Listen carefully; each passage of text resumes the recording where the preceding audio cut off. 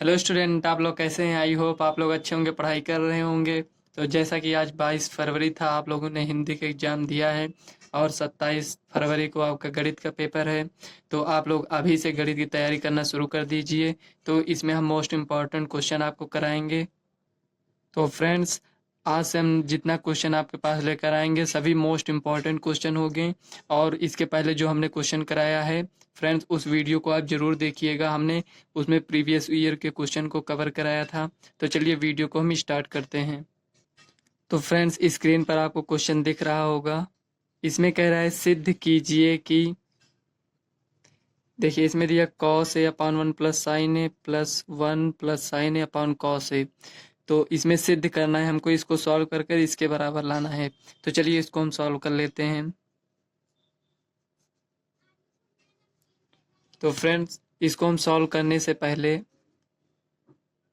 पहले हम ये देखते हैं कि इसमें हमें करना क्या है। हमें इसको सॉल्व कर कर टू से के तो लाना है, ये तो पता है कि इसी को लाना है। लेकिन इसको कैसे सॉल्व करेंगे, तो सवाल एक बार आप ऐसे देखा करिए, उसमें हम क्या कर सकते हैं पहले इसके बारे में आप सोचा करिए। तो देखिए यहाँ भी कॉस है, यहाँ भी कॉस है। तो इसको इससे हम गुणा कर देंगे, इसको इससे गुणा कर देंगे। तो हमारे पास ये कॉस स्क्वायर है बन जाएगा, और ये वन प्लस साइन ए का होल स्क्वायर बन जाएगा। कहने का मतलब, गुणा करने का मतलब हम इसका इसका एलसीएम लेंगे, और इसमें हम कुछ नहीं कर सकते हैं। तो देखिए इसको लिखेंगे एल एच एस। अब देखिए cos A upon one plus sine A plus one plus sine A cos A. तो फ्रेंड्स, जब हम इसका एलसीएम लेंगे तो हमारे पास एलसीएम आएगा कॉस ए ब्रैकेट में ये वन प्लस साइन ए। तो देखिए ये दोनों के एलसीएम हम यहाँ पर लिखे हैं। तो आप इसको तिर्यक गुणा कर सकते हैं, जैसे इसको इससे कर देंगे, इसको इससे। तो तिर्यक गुणा करने का मतलब ये हुआ कि जब वन प्लस साइन ए को इससे हम भाग देंगे तो वन प्लस साइन ए तो कट जाएगा, बचेगा क्या, कॉस ए। तो कॉस ए को यहाँ हम गुणा करेंगे। तो चाहे आप इसको डायरेक्ट कर लीजिए, चाहे इस तरह कर लीजिए। तो यहाँ कॉस स्क्वायर है प्लस, इसमें जब हम इससे भाग करेंगे तो कॉस है तो कट जाएगा, बचेगा क्या, वन प्लस साइन है। तो इसमें गुणा करेंगे तो हमारे पास आएगा वन प्लस साइन है का होल स्क्वायर। मतलब दो बार हो गया ना, एक बार ये वन प्लस साइन है, एक बार और वन प्लस साइन है, तो होल स्क्वायर हो गया। अब इसी को सॉल्व कर लीजिए। देखिए कॉस स्क्वायर है, कॉस स्क्वायर है लिखेंगे प्लस, ये आपको दिख रहा होगा ए प्लस बी का होल स्क्वायर के रूप में। तो A square plus B square plus two A B होता है। तो टू ए वन है, बी कितना है sine A upon cos A one plus sine A. ये हो गया। अब आप इसमें देख सकते हैं कि ये कॉस स्क्वायर है और साइन स्क्वायर है। तो आप लोग जानते होंगे, ये देखिए यहाँ साइन स्क्वायर है प्लस कॉस स्क्वायर है इक्वल टू क्या होता है, वन होता है। तो यहाँ आप देख रहे हैं साइन स्क्वायर है और ये कॉस स्क्वायर है। तो ये दोनों की जगह को हम इसको हटाकर क्या लिख सकते हैं, एक लिख सकते हैं। तो यहाँ हम लिखेंगे साइन स्क्वायर है कॉस स्क्वायर है की जगह पर एक लिखेंगे, ये वन है वन लिख देंगे, ये गायब हो गया, ये गायब हो गया, बचा क्या, प्लस टू। दो को अगर एक से गुणा करेंगे तो दो आएगा, और ये साइन है इसको नोट कर लीजिए अपॉन ये जितना है इसको ऐसे लिखा रहने दीजिए वन प्लस साइन है। देखिए इसको हम इससे क्यों नहीं गुणा किए हैं, क्योंकि गुणा करने से कुछ मिलेगा नहीं हमें। कॉस ए को गुणा कर देंगे, कॉस ए हो जाएगा कॉस ए, और साइन ए को गुणा करेंगे, कुछ मिलेगा नहीं हमें, इसलिए इसको यहाँ ऐसे रहने देते हैं। अब देखिए इसको जोड़ेंगे कितना आएगा, दो आएगा। इसको तो नहीं जोड़ सकते क्योंकि इसमें साइन ए है, प्लस टू साइन ए, ये हो गया अपॉन कॉस ए ब्रैकेट में वन प्लस साइन ए, ये हो गया। अब आप यहाँ देखिए दो इसमें भी है, दो इसमें भी है, तो क्या दो कॉमन ले सकते हैं, ले सकते हैं। तो जब 2 कॉमन ले लिए तो यहाँ क्या बचा 1, और यहाँ क्या बचा प्लस साइन है अपॉन कॉस है ब्रैकेट में 1 प्लस साइन है। ये हो गया।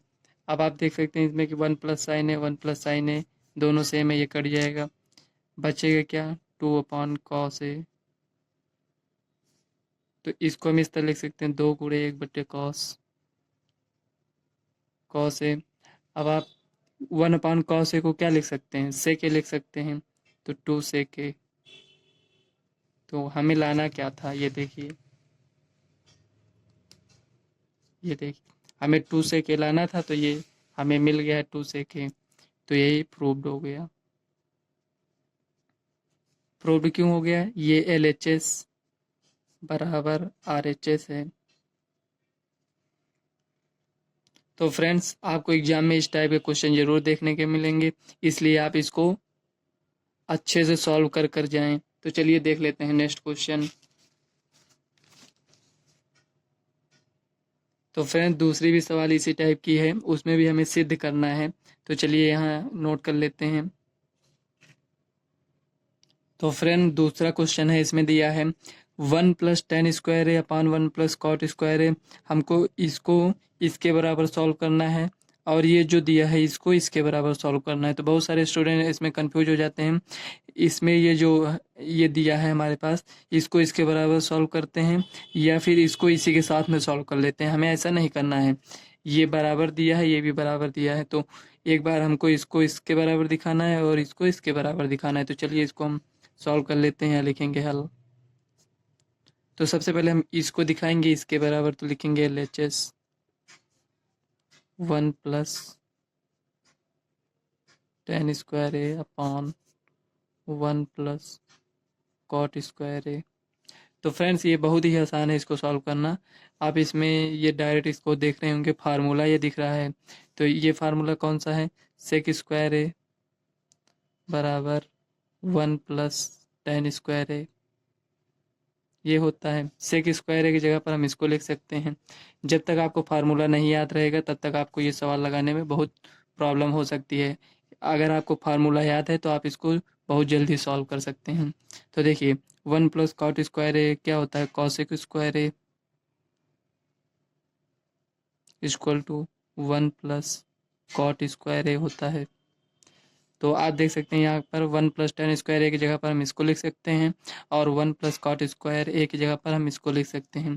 तो चलिए यहाँ लिख देंगे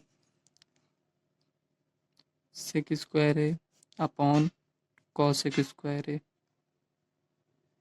ये हो गया। अब इसको कैसे सॉल्व करेंगे, तो sec² को हम क्या लिख सकते हैं 1/cos² लिख सकते हैं इनटू, और ये cosec² को हम क्या लिख सकते हैं sin² लिख सकते हैं। ये ऊपर जाएगा sin² में हो गया। अब यहाँ देखिए sin² अपॉन cos² है,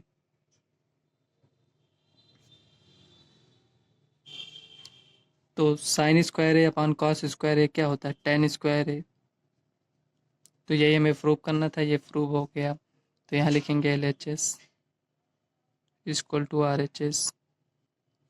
एक बार ये सॉल्व हो गया आपका, एक बार इसको लेकर हम सॉल्व करेंगे। ये लिखा है 1 - tan² का होल स्क्वायर अपॉन 1 - cot का होल स्क्वायर। ये इस तरह है, ठीक। तो चलिए एक बार इसको इसके बराबर सॉल्व करते हैं। तो फ्रेंड्स देखिए ये दिया है 1 - tan का होल स्क्वायर, मतलब ये जो दिया है और ये जो दिया है इसका पूरे का ये होल स्क्वायर दिया है। तो चलिए इसको हम सॉल्व करेंगे, यहाँ लिखेंगे हल LHS, मतलब लेफ्ट हैंड साइड से इसको हम सॉल्व करेंगे और राइट हैंड साइड को हम लाएंगे।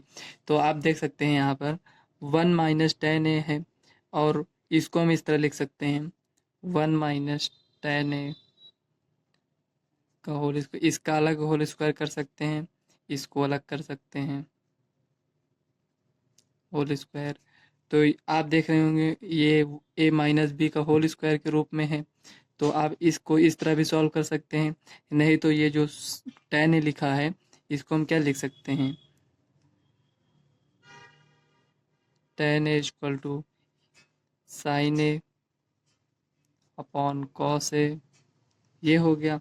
और कॉट ए को क्या लिख सकते हैं, कॉट ए इसका अपोजिट होता है तो ये भी अपोजिट हो जाएगा, cos A upon sine A, ये हो गया। तो यहाँ हम क्या करेंगे, जो टेन ए लिखा है इसको हम इस रूप में लिखेंगे, और जो काट ए लिखा है इसको इस रूप में लिखेंगे। तो चलिए यहाँ लिख लेते हैं 1 minus sign A upon cos ए। ध्यान देना ये पूरे का बटे नहीं है, मतलब 1 का भी बटे नहीं है, सिर्फ इसका है, अपॉन यहाँ 1 minus cos A upon sine A, sorry sine A, ये हो गया पूरे के बटे, सॉरी पूरे के होल स्क्वायर है, यहाँ होल स्क्वायर करेंगे। अब देखिए ये होल स्क्वायर लगा है, इसको लगा रहने देंगे ऐसे। अब इसका एलसीएम लेंगे तो ये कॉस ए हो जाएगा, यहाँ cos A minus sign A upon cos A, ये हो गया। ये अपॉन ये बड़ी वाली जो लाइन है इसको लिखेंगे, इसी तरह इसमें भी करेंगे, sign A minus cos A upon sine A, ये हो गया। पूरे को होल स्क्वायर है, पूरे को होल स्क्वायर आप भी कर दीजिए इसी तरह, ये हो गया। अब आप यहाँ माइंड करिए कि ये जो कॉस से माइनस साइन ए लिखा है और ये क्या लिखा है, sine A minus cos A. कहने का मतलब कि ऊपर तो साइन माइनस में है लेकिन यहाँ साइन पॉजिटिव वैल्यू है, तो इसमें हम क्या करेंगे, माइनस कॉमन लेंगे। तो चलिए माइनस को हम बाद में कॉमन लेंगे, इसको कैसे सॉल्व करेंगे। तो ये जो इस रूप में लिखा है इसको हम ऐसे लिख सकते हैं, cos A minus sign A upon cos A, ये हो गया, इनटू ये जो चौथा है, जैसे 1 2 3 चौथा है पता है, ये ऊपर गुणा हो जाता है, साइन ए अपॉन ये इसमें गुणा होगा, तो sign A minus cos A, ये हो गया। पूरे का होल स्क्वायर था, अब भी उसी तरह रहेगा। देखिए यहाँ आप देख सकते हैं कि कॉस ए माइनस साइन ए है, तो इसको हम किस तरह लिख सकते हैं। इसमें से हम मान लीजिए माइनस को कॉमन ले लेते हैं, माइनस कॉमन ले लिए तो इसको हम लिख सकते हैं sign A minus cos A, ये हो गया। साइन ए यहाँ लिख देंगे, गुणे में है, अपॉन ये sign A minus cos A, और ये कॉस ए है, इसको हम यहाँ लिख देंगे, गुणे में है वैसे भी, पूरे को होल स्क्वायर था पूरे कर देंगे। तो आप यहाँ क्या देख रहे हैं कि sign A minus cos A, sign A minus cos A, ये भी कट जाएगा। बचेगा क्या हमारे पास, minus sign A upon cos ए, पूरे को होल स्क्वायर करेंगे। तो देखिए माइनस के भी स्क्वायर होगा तो प्लस हो जाएगा, साइन के स्क्वायर करेंगे तो साइन स्क्वायर ए हो जाएगा, कॉस का करेंगे तो कॉस स्क्वायर ए हो जाएगा, इक्वल टू क्या होगा, टेन स्क्वायर ए। तो फ्रेंड्स ये भी प्रूव हो गया, इसमें क्या है, L H S equal to R H S. तो फ्रेंड्स अगर ये एग्जाम में आपका क्वेश्चन आता है तो ये 6 नंबर का होगा, तो यहाँ लिखेंगे प्रूव्ड, मतलब सिद्ध किया गया। तो चलिए नेक्स्ट क्वेश्चन देख लेते हैं। तो फ्रेंड्स तीसरा क्वेश्चन आपको स्क्रीन पर दिख रहा होगा, इसमें दिया है भूमि के एक बिंदु से जो मीनार के पाद बिंदु से 30 मीटर की दूरी पर है, मीनार के शिखर का उन्नयन कोण 30 है, मीनार की ऊंचाई ज्ञात कीजिए। तो हमें मीनार की ऊंचाई इसमें ज्ञात करना है। तो आपने तो क्वेश्चन पढ़ लिया होगा, तो चलिए इसको हम कैसे सॉल्व करेंगे उसे देख लेते हैं। तो फ्रेंड्स क्वेश्चन में कह रहा है एक मीनार है, ये ऐसे एक मीनार है और एक बिंदु है, बिंदु और मीनार के पाद बिंदु से, ये शीर्ष हो गया ये पाद बिंदु हो गया, तो इसको मिलाएंगे। तो उस क्वेश्चन में कह रहा है इसके इस बिंदु से और मीनार के पाद बिंदु की दूरी जो है वो 30 मीटर है, ये हो गया। और कह रहा है मीनार के शिखर और ये बिंदु का उन्नयन कोण जो है वो 30 डिग्री है, ये हो गया। तो ये तो हमें पता चल गया। अब हमें कह रहा है कि ये मीनार की ऊंचाई ज्ञात करना है, तो इसको हम ए मान लेते हैं, इसको बी मान लेंगे और इसको सी मान लेते हैं। तो आप देख सकते हैं कि ये मीनार है और ये पाद बिंदु की ये रेखा है, मतलब ये बी और सी पाद बिंदु और मीनार के ये पाद बिंदु, तो मीनार का पाद बिंदु ये हो गया, और ये बिंदु के बीच की दूरी कितनी है, 30 मीटर है। तो इसमें आपका ये समकोण त्रिभुज बनेगा। तो ये ए बी हमें ज्ञात करना है, तो इसको हम कैसे ज्ञात करेंगे, तो चलिए इसको हम पहले समझ लेते हैं।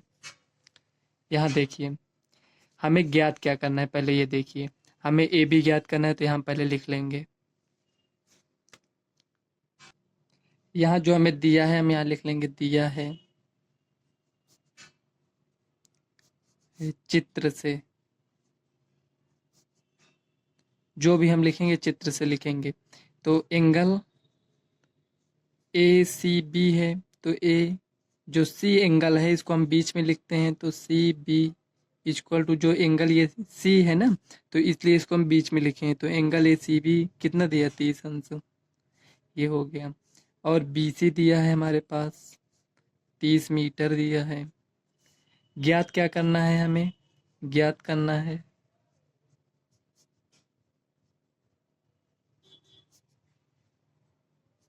ए बी, जो कि मीनार की ऊंचाई है।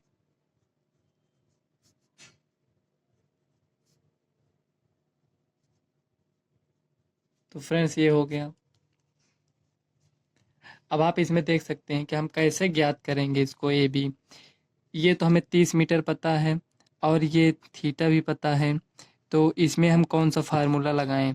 तो यहाँ देखिए आपने पढ़ा होगा sine theta, cos theta, on tan theta, ये फार्मूला पढ़ेंगे। इसके अपोजिट की हम बात नहीं करेंगे, कॉसेक थीटा, सेक थीटा और ये कॉट थीटा, हम इसी से इसको सॉल्व कर लेंगे।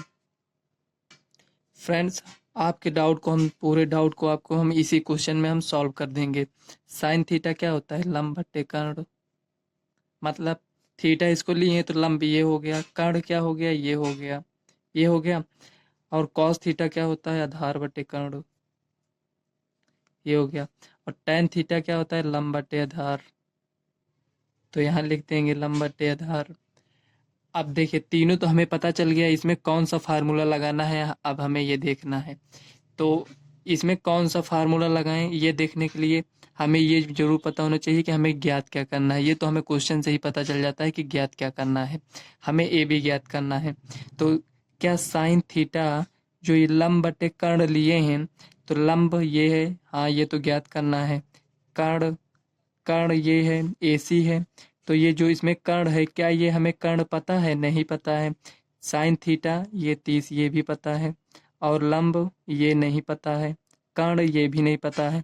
तो हम वो फार्मूला लगाएंगे जिसमें हमें दो बातें पता हो, जैसे कि इसमें ये 30 थीटा भी पता है और ये आधार भी पता है।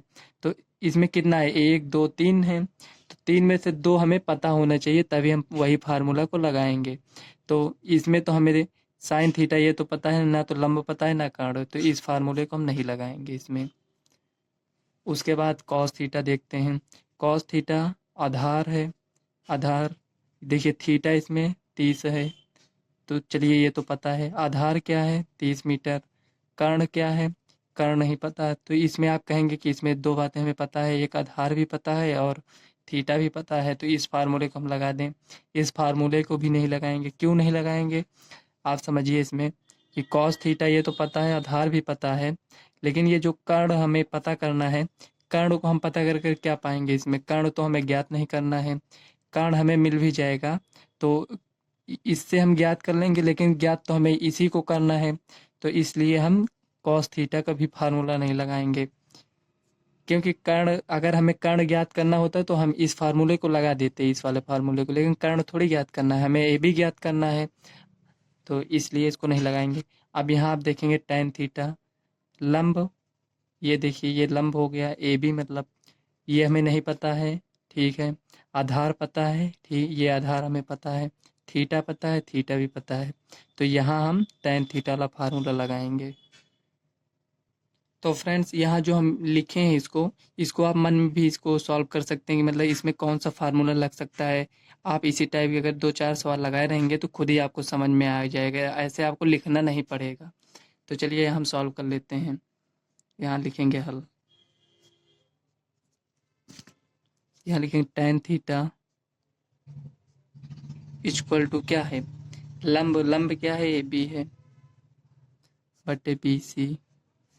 tan थीटा, थीटा क्या है, यहाँ आप देखेंगे थीटा क्या है, 30 अंश, तो यहाँ लिखेंगे tan 30 equal to A B कितना है नहीं पता है, इसी को हमें ज्ञात करना है, बी सी 30 है। अब आप यहाँ देख सकते हैं tan 30 का मान कितना होता है। अगर आप याद किए होंगे तो आप बता देंगे, नहीं याद किए होंगे तो नहीं बता पाएंगे, और यहीं पर आपकी सवाल गलत हो जाएगी या फिर आप इसके आगे सॉल्व नहीं कर पाएंगे। तो इसीलिए हमने इसके पहले की वीडियो में आपको बताया है कि इसको आप याद कर लीजिए। तो tan 30 का मान होता है 1/√3 equal to A B upon 30, ये हो गया। अब हमें ज्ञात क्या करना है, ए बी ज्ञात करना है, तो इसको हम ऊपर भेज देंगे 30/√3 बराबर ए बी, ये हो गया। अब ए बी, ये जो रूट 3 नीचे लिखा है इसको हम परिमेयकरण कर सकते हैं, आप इसे भी लिख सकते हैं, ये भी आंसर सही है। परिमेयकरण करेंगे तो क्या होगा, 30√3, रूट 3 को √3 से गुणा करेंगे तो 3 आएगा, 3×30। तो यहाँ मीनार की ऊंचाई क्या है हमारे पास, लिखेंगे मीनार की ऊंचाई, ऊंचाई ए बी बराबर 10√3। तो फ्रेंड्स यही आपका फाइनल आंसर हो जाएगा। तो फ्रेंड्स छोटी तो ये बहुत सवाल थी, लेकिन आपको ये जो आपका ये फिगर बना है इसमें, इसी को आपको समझना था और इसमें कौन सा फार्मूला लगाना है ये आपको समझना है बस। तो चलिए नेक्स्ट सवाल देख लेते हैं। फ्रेंड्स अगर वीडियो आपको अच्छी लगे तो वीडियो को लाइक व चैनल को सब्सक्राइब कर लीजिएगा, क्योंकि इसी टाइप की वीडियो हम आप तक प्रोवाइड करते रहेंगे जी। तो फ्रेंड्स नेक्स्ट क्वेश्चन आपको स्क्रीन पर दिख रहा होगा, ये आपका 2 नंबर का क्वेश्चन है। इसमें दिया है 6 सेंटीमीटर त्रिज्या वाले एक वृत्त के एक त्रिज्यखंड का क्षेत्रफल ज्ञात कीजिए जिसका कोण 60 है। तो चलिए इसको हम लिख लेते हैं यहाँ पर। तो फ्रेंड्स देखिए इसमें हमें आर ये जो दिया है, मतलब ये त्रिज्या जो दिया है 6 सेंटीमीटर दिया है और थीटा दिया है 60 अंश। तो हमें ज्ञात करना है त्रिज्यखंड का क्षेत्रफल। तो त्रिज्यखंड का क्षेत्रफल ज्ञात करने के लिए हम यहाँ पर एक वृत्त को बनाएंगे। तो फ्रेंड्स देखिए यहाँ हमने फिगर बना लिया है, हमें वृत्त के त्रिज्यखंड का क्षेत्रफल ज्ञात करना है। तो वृत्त बनाएंगे और उसमें ये त्रिज्यखंड ऐसे इसको ड्रा करेंगे, उसके बाद यहाँ ये 60 अंश है। तो ये देखिए ये जो त्रिज्या दिया है ये 6 सेंटीमीटर है, तो इसी का हमें क्षेत्रफल ज्ञात करना है, ये जो इतना है इसके बाहर का नहीं, इसी में ये इसका। हमेशा जब आपसे कहे कि त्रिज्यखंड का क्षेत्रफल ज्ञात कीजिए तो त्रिज्यखंड का क्षेत्रफल का मतलब ये होता है कि हमें लघु त्रिज्यखंड का क्षेत्रफल ज्ञात करना है। ज्ञात करने तो हम इसे भी ज्ञात कर सकते हैं, ये भी तो एक त्रिज्यखंड हुआ। तो हमेशा जब केवल त्रिज्यखंड कहे तो आप उसमें लघु त्रिज्यखंड का ही क्षेत्रफल ज्ञात करते हैं। तो ये त्रिज्यखंड का क्षेत्रफल हम ज्ञात करेंगे, यहाँ लिखेंगे हल। त्रिज्यखंड का क्षेत्रफल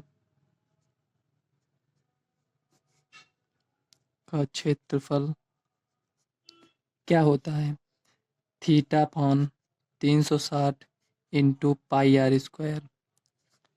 तो फ्रेंड्स आप सवाल तो ध्यान ही दे रहे हैं, कोई बात नहीं है, लेकिन फार्मूला आप विशेष ध्यान दीजिएगा, क्योंकि सवाल तो जैसे हम लगा रहे हैं इसको, ये तो मान लीजिए यहाँ हम आर बराबर 6 सेंटीमीटर लिखा है, हो सकता है आपको एग्जाम में 8 सेंटीमीटर या 12 सेंटीमीटर या 10 सेंटीमीटर कुछ भी दे सकता है। यहाँ थीटा का मान भी चेंज हो सकता है, तो सवाल तो मान लीजिए चेंज हो सकती है, लेकिन फार्मूला थोड़ी चेंज होगा। फार्मूला आप ज़रूर याद करिए, बिना फार्मूले के आप सवाल को सॉल्व नहीं कर सकते हैं। तो देखिए थीटा कितना है, 60 अंश है, तो 60 लिखेंगे, 60/360 इंटू पाई का मान 22/7।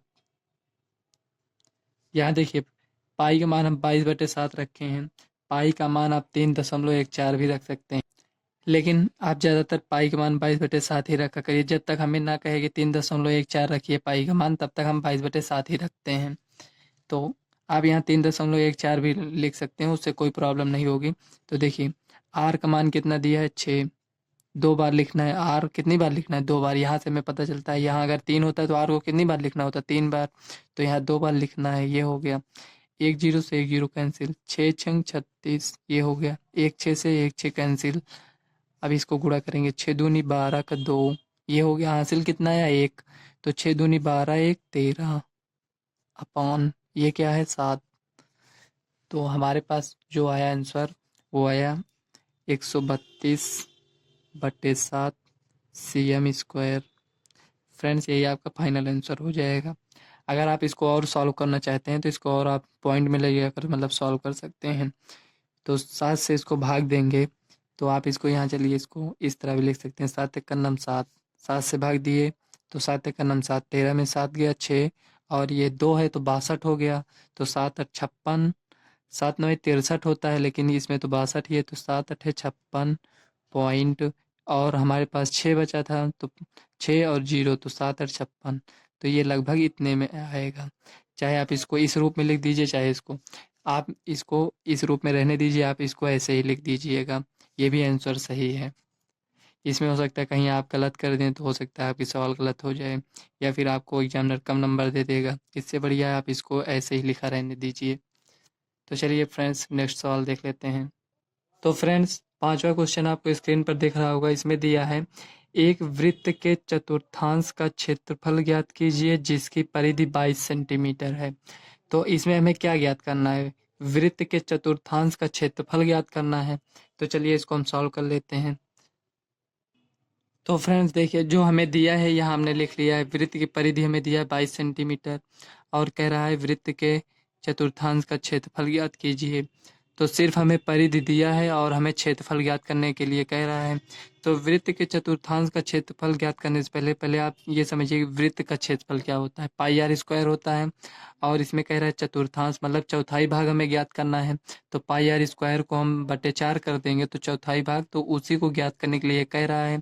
तो πr² होता है, तो पाई तो 22/7 हम रख देंगे, लेकिन r का मान कहाँ से मिलेगा, तो जो दिया है आपको हम हर सवाल में इसी बात को बताते हैं कि जो हमें दिया रहता है उसी का फार्मूला लगाते हैं।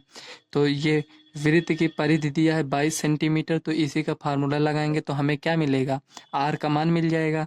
जब r का मान मिलेगा तो ये वृत्त के चतुर्थांश का क्षेत्रफल हम ज्ञात कर सकते हैं। तो चलिए हम यहाँ देख लेते हैं कि चतुर्थांश कैसे होता है, वृत्त का चतुर्थांश। तो फ्रेंड्स अभी हमने आपको बताया कि चतुर्थांश, तो देखिए ये जो वृत्त है, वृत्त का क्षेत्रफल कितना होता है, πr² होता है। तो जो हमें चतुर्थांश का क्षेत्रफल ज्ञात करना है, ये जो दिया है ये भाग ये भाग ये भाग ये भाग जो दिया है हमारे पास, ये चारों भाग आपस में बराबर होंगे। आपको भले ही थोड़ा बहुत इसमें बराबर नहीं दिख रहा होगा, लेकिन चतुर्थांश का मतलब यही होता है कि ये चारों भाग बराबर हैं। तो हमें एक भाग का क्षेत्रफल ज्ञात करना है, पूरे का क्या होता है πr²। तो इसमें कितने भाग हैं, 1 2 3 4 भाग हैं। तो πr² को अगर हम 4 से भाग दे देंगे तो हमें एक का क्षेत्रफल ज्ञात हो जाएगा, तो उसी को यहाँ हम ज्ञात करेंगे। तो ज्ञात करने से पहले हमें r तो पता चल जाए, तो r पता करने के लिए हम वृत्त की परिधि का फार्मूला लगाएंगे। यहाँ लिखेंगे हल,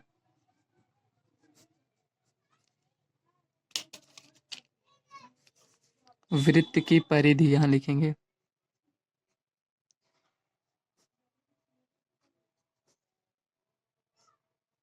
वृत्त की परिधि क्या होता है, वृत्त की परिधि कितना हमारे पास दिया है 22 सेंटीमीटर।